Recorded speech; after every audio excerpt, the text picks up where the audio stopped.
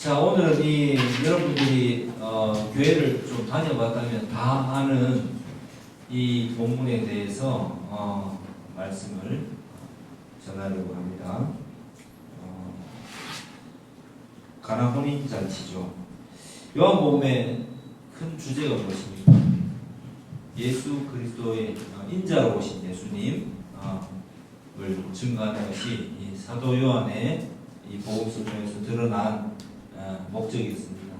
예수께서 이 모든 표적 외에도 많은 표적을 요한복음 마지막 장에 보면 행하셨으나 그것을 다 기록하기에는 참 부족했다라고 하면서 이 첫 번째 표적이 이제 가나에서 공생을 시작한 지 사흘째 되던 날입니다. 그죠? 그래서 갈릴리 가나란 지역에 혼례가 있었다 해서 그곳에 참석했는데 아마 예수님의 어머니 마리아도 함께 갔던 걸로 봐서 이 친척이 아닌가 이렇게 생각을 해봅니다. 그 제자들도 또 혼례의 청함을 받아 있습니다. 그 제자들의 면면을 보면 부유한 계층이 아니에요, 그죠? 그래서 그 제자들도 함께 이 혼인 잔치에 참여하게 됩니다. 그때 이제 일들이 일어나는데 여기 본문에 보면 약간 이해 안 되는 부분들이 있을 거예요. 포도주가 떨어졌을 때 예수의 어머니 마리아가 예수에게 저들에게 포도주가 없다라고 말을 했다는 겁니다. 그랬을 때 예수님께서 뭐라고 했습니까? 여자여 나와 무슨 상관이 있나이까? 라고 말씀하시고 내 때가 아직 이르지 아니하였다 했습니다. 그리고 포도주를 만들어 주십니까? 안 만들어 주십니까? 만들어 주잖아요, 그죠? 이상하지 않아요? 예.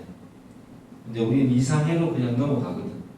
그래서 여기서 예수님이 말씀하시니 물이 변하여 포도주 됐네 하면서 찬양이 어떻게 되는데 예수님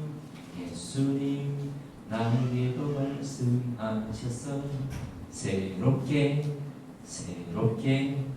변화시켜 주소서 이렇게 찬양을 끝냅니다. 본문에서 그걸 봤다는 얘기지.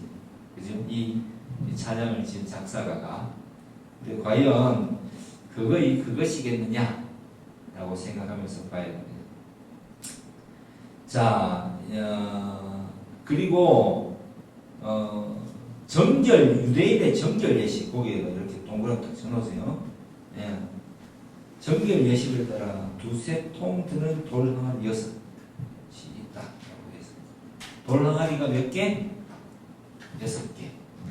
자, 이 돌 항아리의 용도는 뭐였다고요? 용도는 정결 예식. 예. 용량은 이 한 항아리당 얼마를 차지하느냐면요 3,745리터 겁나게 크죠. 네. 지금 건우씨 들고 있는 커피가 500ml 렌티 1리터 700 정도 어쨌든 저런 게 한 3,500개 이상 4,000개 되겠다 몰라요, 그죠? 예. 그러니까 그런 정도의 용량이 들어갈 만한 이 항아리가 6개가 도입되어 있어요. 그 앞에. 그러니까 유대인들이 정결 예식에 대해서 얼마나 신경을 썼는가. 정결 예식은 뭐예요? 내가 항상 오고 가면서 율법적으로 자기 자신을 그 정결하게 하기 위해서 손을 씻고 들어가고 또 손을 씻고 이렇게 입장하고 하는 그런 정결례를 치르는데 굉장히 신경을 썼다라는 것을 알 수가 있습니다. 그 항아리에는 물이 있었겠어요, 없었겠어요? 물이 좀 있었겠죠, 그죠? 사람들이 드나들면서 하라고. 근데 그 항아리에 굳이 예수님께서 물을 아구까지 다 채우라라고 말씀하시고 이제 하인들은 알게 되고 또 누가 알게 됩니까? 물이 변하여 포도주 된 사실 아는 사람. 연회장은 몰랐죠. 연회장은 누구입니까? 파티를 주관하는 사람. 그러니까 요즘으로 치면 파티셰프라고 해야 돼. 맹점. 네. 매니저가 이제 있었겠죠. 파티를 주관하는 거죠. 행사 매니저가 있었겠죠. 그 다음에 하인들은 알았고 또 누가 알았어요? 제자들이 알았지. 제자들이 참석한 제자들이 알았어요. 자, 그래서 결론은 뭐야? 마지막에 이걸 통해서 그의 영광을 나타내셨다. 이 첫 표적을 통해서 그의 영광을 나타내셨을 때 그의 영광은 어떤 영광입니까? 그리스도의 영광이죠. 메시아의 영광을 나타내셨을 때 제자들이 이 표적을 보고 메시아이심을 믿더라라는 게 이 본문의 가장 중요한 부분이에요. 자, 여기에서 이제 이 본문에서 아까 이야기했던 예수님께서 포도주를 만들어 주실 거면서 왜 여자여 뭐가 나와 그것이 무슨 상관이 있습니까? 라고 일반적 호칭으로 어머니를 부릅니다. 예, 마리아를 부릅니다. 그러니까 이 예수님께서 그렇게 하신 이야기의 목적이 뭐냐면은 내 때가 아직 아닙니다. 이렇게 했을 때 이 내 때가 굉장히 우리 헤비하게 생각하는 경우가 많거든요. 근데 이게 뭐냐면은 아직 내가 지금 타이밍상 지금은 아니라는 이야기지. 다시 말하면은 예수 그리스도께서 의도하고 여기 오셨겠죠. 그죠? 그리고 한 150여 명 정도가 먹을 수 있는 분량의 포도주였습니다. 그게 6항아리에. 그래서 이 연회가 끝날 때 좀 서민들의 연회이기 때문에 많은 사람들이 참석했고 오히려 부담 없이 즐기고 했었는데 당연히 떨어질 걸 연회장도 알고 있었다. 그죠? 포도주가 떨어질 걸. 떨어지면 질 나쁜 포도주가 나올 것이라고 이미 예상도 하고 있는 것을 본문을 통해서 충분히 유추해 볼 수가 있죠. 그죠? 예, 추측해 볼 수가 있는데 그런데 예수님은 그렇게 될 줄 다 알고 계셨겠죠. 그 상황에서 그 예수님이 이적을 일으켜 주실 것임을 표적을 보여주실 것임을 이미 계획하고 계셨단 말입니다. 그런데 마리아가 왜 미리 예수님이 할 일을 앞장서서 나서냐는 이야기입니다. 이해가 됩니까? 네. 왜? 이 표적을 행하는 주체는 예수님이시고 예수님의 주권에 의해서 움직이실 건데 만약에 후대에 지금 성경을 보는 우리가 이 사건을 보는 우리가 예수님은 정말 육신의 어머니 마리아에게도 순종하셔서 기적을 베푸셨다. 그래서 성모는 거룩하시다. 이렇게 나가면 안 된다. 이야기를 칼빈도 하고 있고요. 네, 저도 본문을 보면서 그렇게 여러분들에게 선포하고 있는 겁니다. 마리아가 이 그리스도의 첫 사역의 주권자로서 끼어들면 안 된다는 의미입니다. 예수님이 하신 말씀. 네.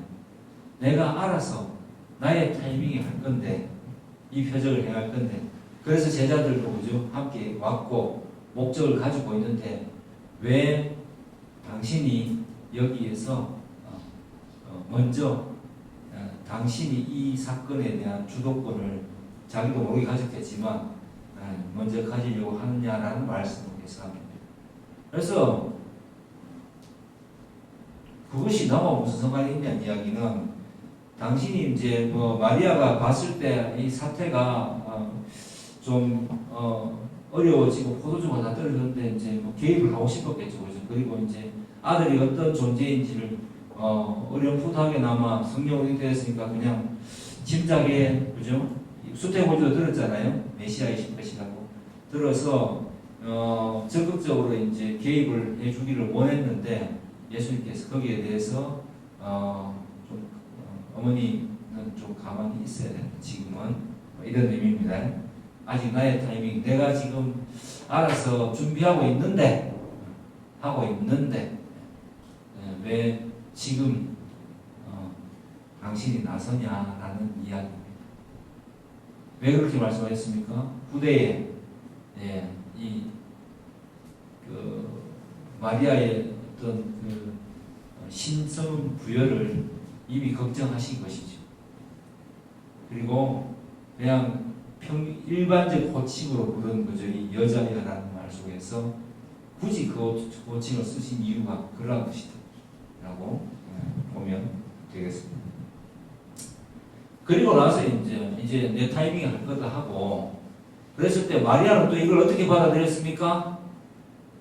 마리아가 참 아들 엄마가 부탁하는데 좀 들어주지 이렇게 말하는 것이 아니라 그 말을 듣고 수긍하고 어떻게 했어요? 하인들에게 너희에게 무슨 말씀을 하시든지 그대로 하라라고 하인들에게 이야기를 건네줍니다. 자, 그럼 마리아는 역시 그리스도를 당신의 육신의 아들이지만 예수 그리스도를 그저 성령으로 잉태했고 하나님의 아들이심을 알게 되었다는 거겠죠. 그래서 내가 조금 타이밍이 안 맞았구나라고 생각한다는 거예요. 그리고 예수님은 이 일을 통해서 이 물을 포도주로 변하게 하는 역사를 일으킵니다.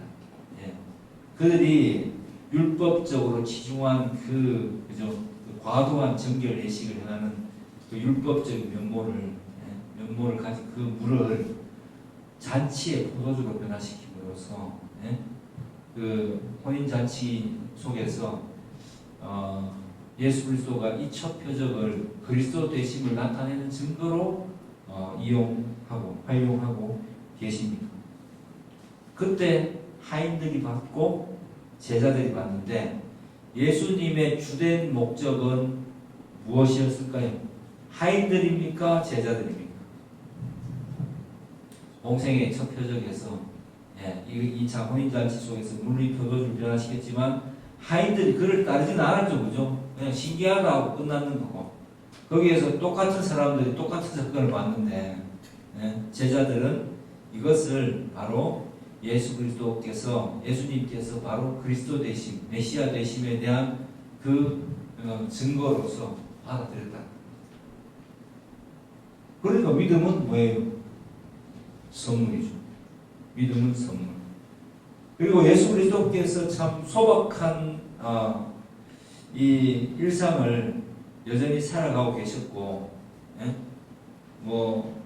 메시아 되심을 드러내기 위해서 그 산에리 공회로 어디로 다니시지 않고 당신의 마을 주변에서 그 갈릴리 지역의 나사렛 지역의 근처에 있는 가나에서 이 첫 표적을 행하시는 것을 봤을 때 예수님은 참으로 참 특이하신 분이다. 우리가 생각하는 방식으로 절대로 그 일을 하시지 않는다. 당신의 방식대로 그 작은 동네에서 그 서민의 결혼식에서 첫 그리스도 되심을 보여주셨지만 오늘날 이 사건을 본 우리 모두가 예수가 그리스도시다라는 사실을 믿게 하신 그 사역을 이렇게 시작하신 것을 보면은 예수님은 참 대단하시고 그리스도의 심이 틀림없다. 이 작은 사건, 이 마을에서 이 서민의 결혼식에서 일어난 이 별것 아닌 거죠. 그런 환경 속에서 제자들에게 믿음을 주시고 표적을 보여주심으로써 이 제자들이 앞으로 당신의 사도로서 활동하게 만드는 큰 믿음을 허락해 주셨음을 볼 수 있습니다. 예수 그리스도의 사역의 그 시작과 끝을 보면 제자들을 온전히 세우고 이 제자들에게 너희는 물과 성령으로 그죠?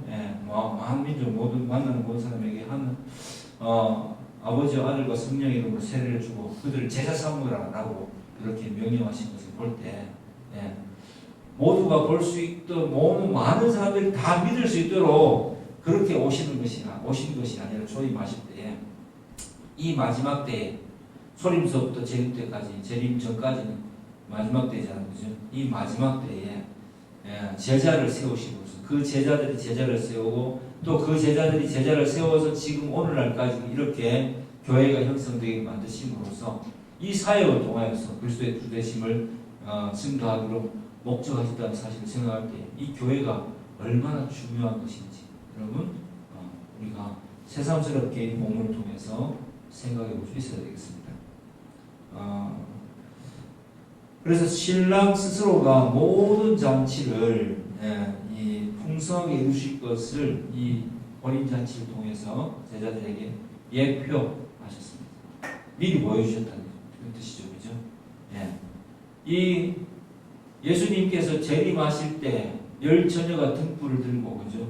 그 기다리듯이 주님의 재림을 갈망하는 우리 성도들에게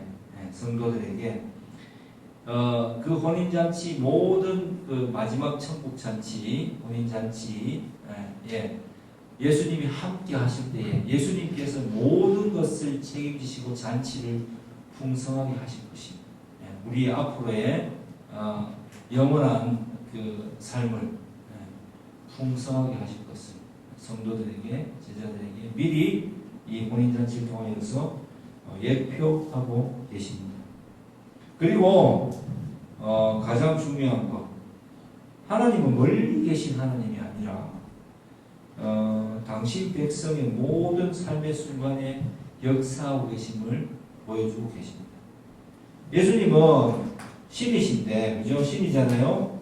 지난주에도 이야기했지만 신이신데 일반적인 그 신처럼 절대적 타자라고 그러죠. 절대적 타자.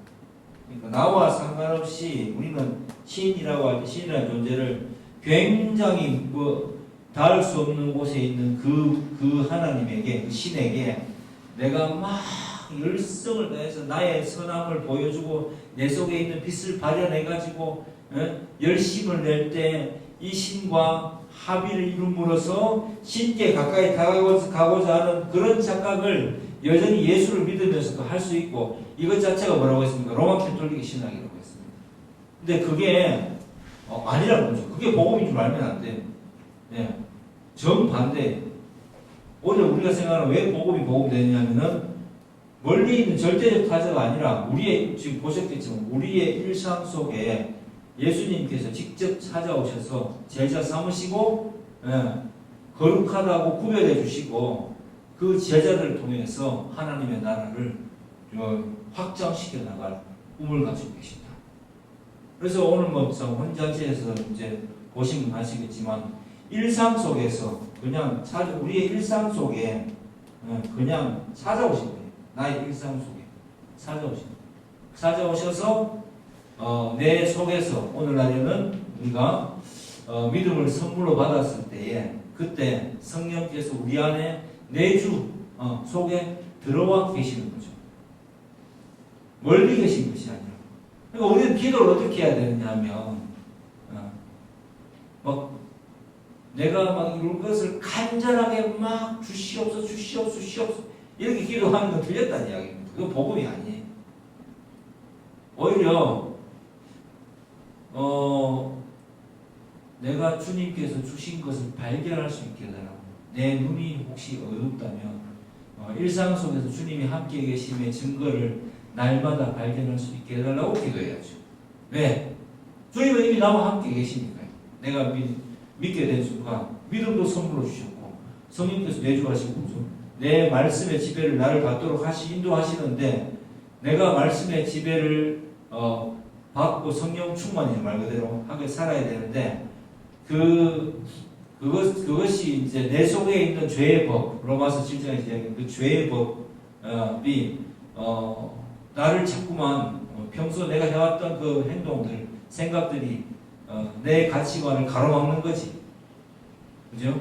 그리스도의 중심적인 가치관, 삶의 패턴들을 가로막기 때문에 그렇게 하지 않도록 주님 저를 확실하게 인도해 주세요. 이렇게 기도하는 겁니다. 요청하는 거죠. 내가 너무 연약하기 때문에 주님, 내 안에 계신 주님께서 계속 나를 거룩하게 구별되게 생각하고 행동할 수 있도록 저를 붙들어 주세요. 라고 기도하는 게 맞겠죠. 멀리 계신데 내가 정말 간절히 찾고 찾아서 부르짖어서 만나는 게 아니라는 이야기입니다. 부르짖을 수도 있겠죠. 내가 그때 너무 답답해서 내가 왜 이랬습니까 주님 이렇게 기도하면서 그죠? 부르짖는다면 주님 나를 불쌍히 여기세요. 내가 이렇게 답답한 존재입니다. 이렇게 한탄 섞인 내 자신에 대한 절망감 때문에 바울처럼 그죠? 난 날만 죽는다 했잖아. 왜? 내 속에 죄된 마음들이 여전히 구원받았음에도 불구하고 두 가지 법이 존재한다 했잖아요. 자연인 죄된 상태에 있는 사람은 죄의 법은 존재하고, 현재 우리가 육신을 입고 살 때는 예수 그리스도를 믿은 사람, 믿게 된 사람은 하나님의 법과 죄의 법이 공존하는데, 이 죄의 영향력을 완전히 무력화시킬 수 있는 성령의 생명의 성령이 나를 항상 붙들고 있다는 것을 알아야 된다는 얘기고, 알고 있지만 자꾸만 본전 생각나서 내 생각대로 하면 맞을 것 같아서 자꾸만 하나님의 말씀과 어긋나게 행동하는, 돈에 집착하고 명예에 집착하고 세상의 가치관에 집착하는 이런 못난 모습들에 대해서 자기가 너무 답답해서 부러질 수도 있다는 얘기입니다. 부러진다면 주님 나를 불쌍히 여기소서, 주님 내가 너무도 어리석습니다, 이렇게 부르짖어서 기도할 수 있다는 거예요. 주의 성령을 내게서 거두지 마시고, 내가 혹시나 또 실수하고 넘어졌을 때 다윗처럼 주의 성령을 내게서 거두지 마시고 정직한 영을 새롭게 해주시라고 나의 자신에 대한 안타까움으로 주님께 불쌍히 여겨달라고 부르실 수도 있지만, 내가 목표한 것을 생각하면서 주시옵소서 주시옵소서 주시옵소서 이렇게 부르짖는 것은 잘못된 기도라는 것입니다. 그거는 우리가 착각하는 일반 종교와 다르지 않다는 얘기입니다. 그리고 내 현실이 좀 암담할 때, 빛이 보이지 않을 때 곰곰이 한번 생각해 볼 수 있는 그 관점을 가지게 된 게 복음이에요. 옛날에는 내가 아까 결혼을 통해서 이야기했지만, 서민들의 결혼식에 나쁜 포도주가 나올 것임을, 그죠? 예감하신 주님께서 거기서 더욱더 좋은 포도주로 혼인잔치를 풍성하게 해주시는 예표를 먼저, 그죠? 이적을 일으켜 주십니다. 이처럼 우리의 삶이 절박한 가운데 있다 할지라도 우리가 믿음 안에서 살아간다면 우리에게 이렇게 말씀하시는 거예요. 자, 표적을 같이, 내가 그리스도야. 너희의 상황은 사실 생각만 살짝 바꾸면 그렇게 절망적이지 않을 수도 있어. 훨씬 복된 상황일 수도 있어. 만약 내가 걱정하지 않을 정도로 돈이 많다면 사람에 대해서 귀하게 여김을 가질 수 있겠니? 라고 스스로에게 질문할 수 있어야 됩니다. 그죠?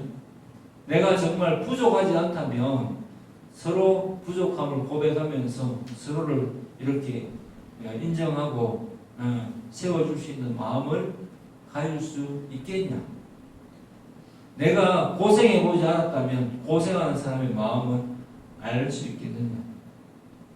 내 삶에 일어났던 모든 사건들 속에서 하나님은 항상 함께 하셨는데, 그것을 하나님이 함께 하심으로 인생이 누구나 겪게 되는 사건이라는 것을 온전히 받아들일 수 있겠냐? 이렇게 주님이 말씀하시는 겁니다. 아까 누가 그런 말 했는데, 생활의 염려, 돈 벌어야 되는데 돈 벌기가 쉽지 않아요, 그렇게 말했잖아요. 맞아요. 돈 벌기가 쉽지 않음을 알므로써 지금까지 해왔던 모든 일에 대해서 내가 정말 부모님의 그 혜택을 누리면서, 그렇지 않은 부모도 있고 그런 부모도 있겠죠.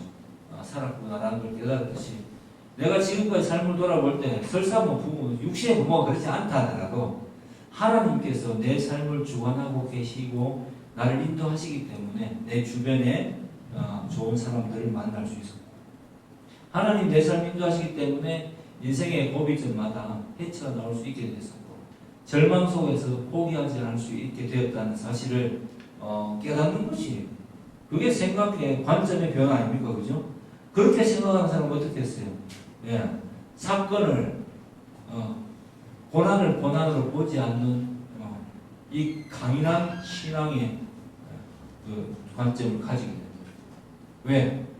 이 고난의 파도를 내가 혼자서 버텨내는 게 아니라 그리스도께서 이 키를 잡음으로써, 그죠?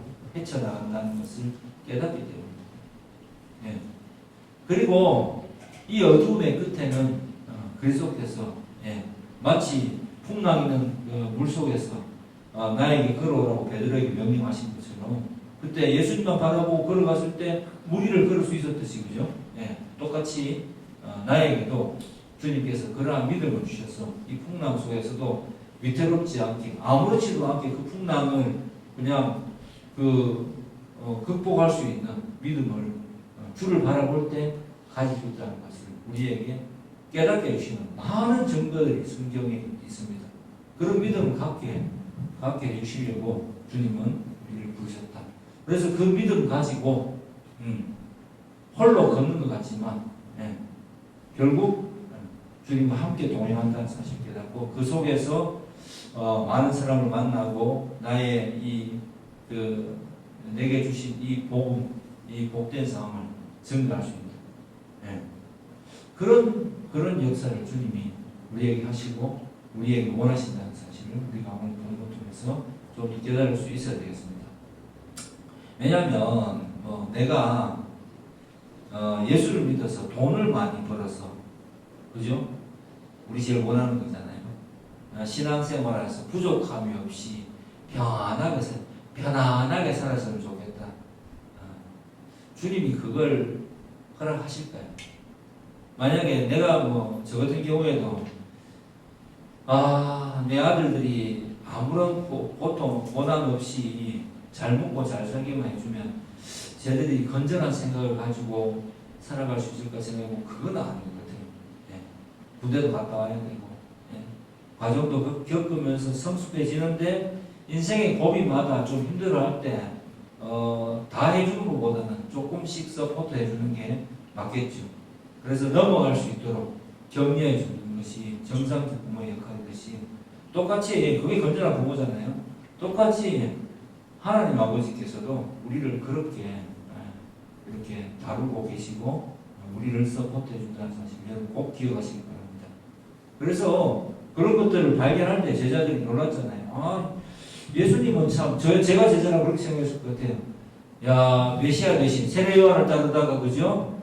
저분이 바로 메시아다 했을 때 그 두 제자가 따랐다 했어요. 안드레와 그죠? 그 형제 또 게바에게 베드로에게 보이시고 빌립과 나다나엘을 부르시고 사흘째 되는 이 역사를 일으켰을 때 저 같으면 조금 이상하게 생각했을 거예요. 왜 그 첫 표적을 그 베드로가 말했던 건 그거잖아요. 그 첫 표적을 사내들이 공연하죠. 그 유대인들이 간절히 바랬던 그 메시아, 정치적, 경제적 해방을 이루어 주실 거죠. 우리의 삶을 윤택하게 해주고 우리 마음대로 살 수 있게 해주는, 좀 편안하게 살 수 있게 해줄 그 메시아를 그렇게 대망했는데,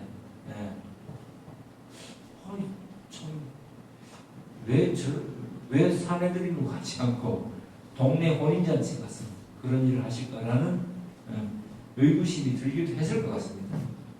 그런데 세례 요한을 따르다가 알게 된 거, 지난주 이야기했잖아요. 보라, 세상 죄를 지고 가는 하나님의 어린 양이다. 그래서 하나님의 어린 양, 친히 제물 되신 예수님께서는 그리스도 되시고 제물 되시고 온 세상의 구주 되신 예수님께서는 일상을 지배하는 일상의 속에서 역사하시는 그 하나님으로 우리 곁에서 계속 계시며 동시에 다시 오실 것이구나 라는 것을 이 사건을 통해 제자들이 알게 되었기 때문에 이 사도 요한은 이렇게 결론을 냅니다. 예수께서 이 첫 표적을 갈릴리 가나에서 행하여 그의 영광을 나타내시매 이렇게 사건을 해석했어요. 예수께서 이 첫 표적을 갈릴리 가나에서 행하여 그의 영광을 나타내셨다 했어요. 그의 영광이 거대하고 모두가 볼 수 있게 하늘을 막 쫙 도르면서 번개 이렇게 하고 그죠? 자, 전부 다 오늘 민생지원금 금 12씩 쫙 로마 군인들 갑옷 해체 파이어 국경선 밖으로 밀려나고 막 이스라엘이 막 부강하게 되고 이런 식으로 역사한 게 아니었다는 이야기죠.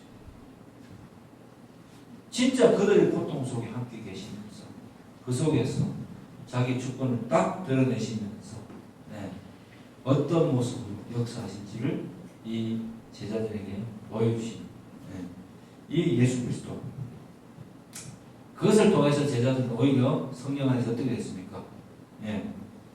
제자들이 예수님의 그리스도 되심을 믿으리라 이렇게 결론을 사도 요한은 내고 있습니다. 자, 어떻습니까? 본문이 좀 다르게 보입니까? 그래서 그리스도는 멀리 계신 절대적 타자로서의 신이 아니라 우리의 일상 속에서 모든 순간, 모든 상황 속에서 우리가 생각하지 못한 방식대로 너무도 우리를 세우기를 원하시면서, 그죠? 우리를 제자 삼아 주시면서 우리의 일상 속에서 이적을 일으키시고 우리를 인도해 가시고, 바로 그 주님이 바로 우리가 믿고 또 따르고 있고 우리의 영원한 구주이신 그리스도이시다 라는 사실을 오늘 여러분들은 본문을 통해서 깨닫고 여러분들의 일상에서 항상 주님을 따르시길 주의 축복합니다. 그것은 어떤 방식으로 하겠습니까? 말씀을 멀리하지 않는 것입니다. 그리고 요한복음 강해를 들으면 요한복음을 몇 번 읽어보세요. 이해 안 되겠지만 읽어보고, 그죠? 오늘 본문 속에서 한국말로 보니까 좀 이상한데 이런 건 도대체 무슨 뜻이지? 이렇게 생각하고 또 그 목사를 통해서 선포되는, 그죠?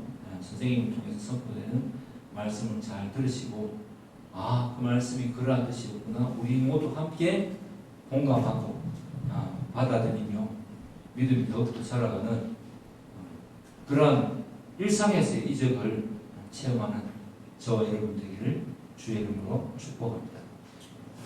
기도하겠습니다.